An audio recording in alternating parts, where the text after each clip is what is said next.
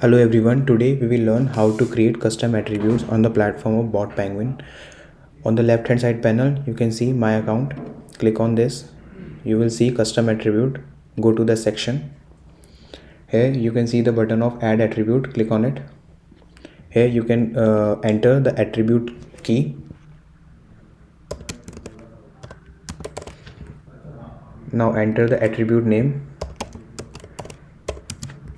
Select the bot for which you are creating the custom attribute. Select the flow. Then select the question and click on add attribute.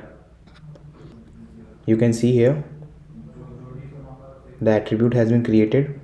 You can edit it from this button and also delete it by this given button. Thank you very much.